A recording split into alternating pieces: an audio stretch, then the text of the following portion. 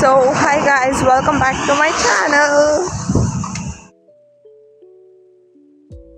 ಇವತ್ತು ಬಾಗಲಕೋಟೆಯಿಂದ ಬಾದಾಮಿವರೆಗೂ ಹೋಗ್ತಾ ಇದ್ವಿ ನಾವು. ಸೊ ಬಾದಾಮಿಗೆ ಬನಶಂಕರಿ ದೇವಿಗೆ ಅಂತ ಹೋಗ್ತಾ ಇದ್ವಿ. ಆ್ಯಂಡ್ ಅಲ್ಲೇ ಕೇವ್ಸ್ ಕೂಡ ಇದೆ, ಬಾದಾಮಿ ಕೇವ್ಸ್. ಸೊ ಅದನ್ನು ಕೂಡ ನೋಡೋಕ್ಕೆ ಹೋಗ್ತಾ ಇದ್ವಿ. ನಾವು ಬಾದಾಮಿ ಬನಶಂಕರಿ ದೇವಿಗೆ ಹೋಗುವಾಗ ಅವತ್ತು ಭೀಮನ ಅಮಾವಾಸ್ಯೆ ಇತ್ತು. ಈ ಭೀಮನ ಅಮಾವಾಸ್ಯೆ ಯಾಕೆ ಆಚರಿಸ್ತಾರೆ ಅಂದರೆ, ಹಿಂದೂ ಸಂಪ್ರದಾಯದಲ್ಲಿ ಆಷಾಢ ಮಾಸ ಕೊನೆ ದಿನವನ್ನು ಭೀಮನ ಅಮಾವಾಸ್ಯೆ ಎಂದು ಆಚರಿಸಲಾಗುತ್ತದೆ. ಇಲ್ಲಿ ಶಿವನನ್ನು ಶ್ರದ್ಧೆ ಭಕ್ತಿಯಿಂದ ಪೂಜಿಸಿ ದಾಂಪತ್ಯ ಜೀವನ ಚೆನ್ನಾಗಿರಲಿ ಎಂದು ಮಹಿಳೆಯರು ಉಪವಾಸ ಮಾಡಿ ಈ ಹಬ್ಬನ ಆಚರಿಸ್ತಾರೆ. ಆ್ಯಂಡ್ ಬಾದಾಮಿ ಬಳಿ ಇರುವ ಚೊಳಚಗುಡ್ಡದಲ್ಲಿ ಇದೊಂದು ಹಿಂದೂ ದೇವಾಲಯವಾಗಿದೆ.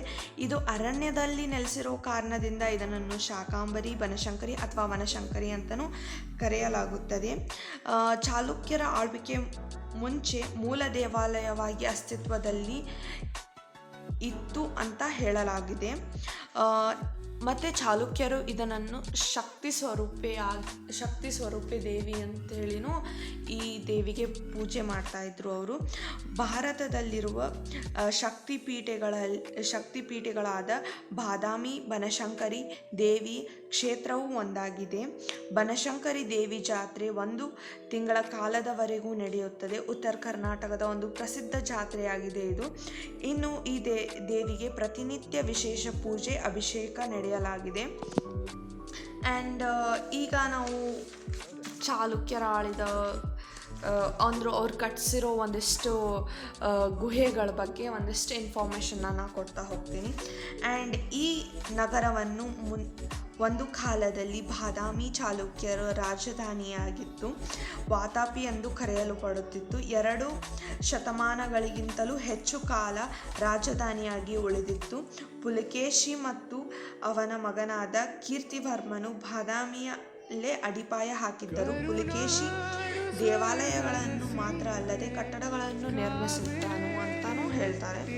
ಆ್ಯಂಡ್ ಗುಹೆ 1ರಲ್ಲಿ ಇದು ಒಂದು ಹಳೆ ಕಾಲದ ಗುಹೆಯಾಗಿತ್ತು.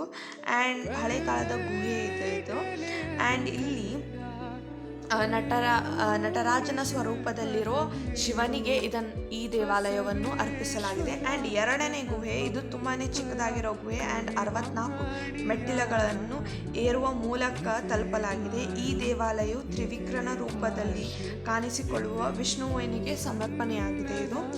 ಆ್ಯಂಡ್ 3ನೇ ಗುಹೆ ಏನಿದೆ, ಇದು 2 ಗುಹೆಗಿನ ತುಂಬಾ ದೊಡ್ಡದಾಗಿರೋ ಗುಹೆ. ಈ ಗುಹೆಯು ವಿಷ್ಣುವಿನ ಪ್ರತಿಯೊಂದು ರೂಪವು ಈ ಗುಹೆಯ ಒಳಗಡೆ ಇದೆ. ಆ್ಯಂಡ್ ಇಲ್ಲಿ ಈ ಗುಹೆ ಪೂರ ವಿಷ್ಣುವಿನಿಗೆ ಸಮರ್ಪಣೆಯಾಗಿದೆ.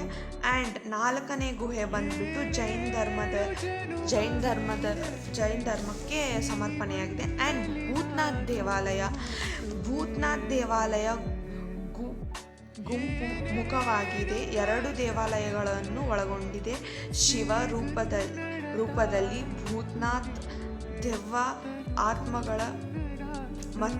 ಆತ್ಮಗಳ ದೇವರು. ವಿವಿಧ ದೇವಾಲಯಗಳಿಗಿಂತಲೂ ವಿವಿಧ ದೇವಾಲಯಗಳ ಶೈಲಿಗಳು, ಅವುಗಳನ್ನು ವಿವಿಧ ಆಡಳಿತಗಾರರು ನಿರ್ಮಿಸಿದ್ದಾರೆ ಎಂದು ತಿಳಿಸುತ್ತದೆ. ಆದ್ದರಿಂದ ಬಾದಾಮಿ ಚಾಲುಕ್ಯರು ಭೂತನಾಥ್ ದೇವಾಲಯವನ್ನು ಮತ್ತು ಕಲ್ಯಾಣಿ ಚಾಲುಕ್ಯರ ಮಲ್ಲಿಕಾರ್ಜುನ ದೇವಾಲಯವನ್ನು ನಿರ್ಮಿಸಿದ್ದರು ಎಂದು ತಿಳಿಯುತ್ತದೆ.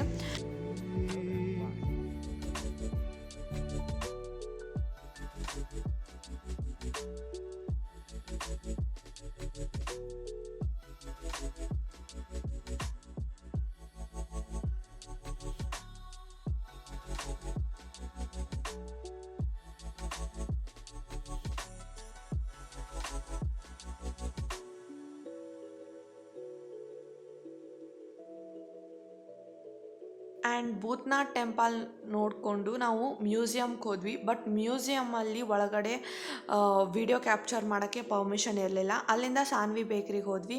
ಮಾರ್ನಿಂಗ್ ಏನು ಮೀಲ್ಸ್ ಹಾಕಿರಲಿಲ್ಲ ಅಂತ ಹೊಟ್ಟೆಗೆ ಮೀಲ್ಸ್ ಹಾಕಿದ್ವಿ. ಅಲ್ಲಿಂದ ನಾವು ಸೀದಾ ರೈಲ್ವೆ ಸ್ಟೇಷನ್ಗೆ ಹೋದ್ವಿ. ಬಸ್ಸಲ್ಲಿ ಹೋಗಲಿಲ್ಲ, ಬಿಕಾಸ್ ರೈಲ್ವೆ ಸ್ಟೇಷನ್ ಕ್ರೇಜ್ನ ನೋಡೋಣ ಅಂಥೇಳಿ.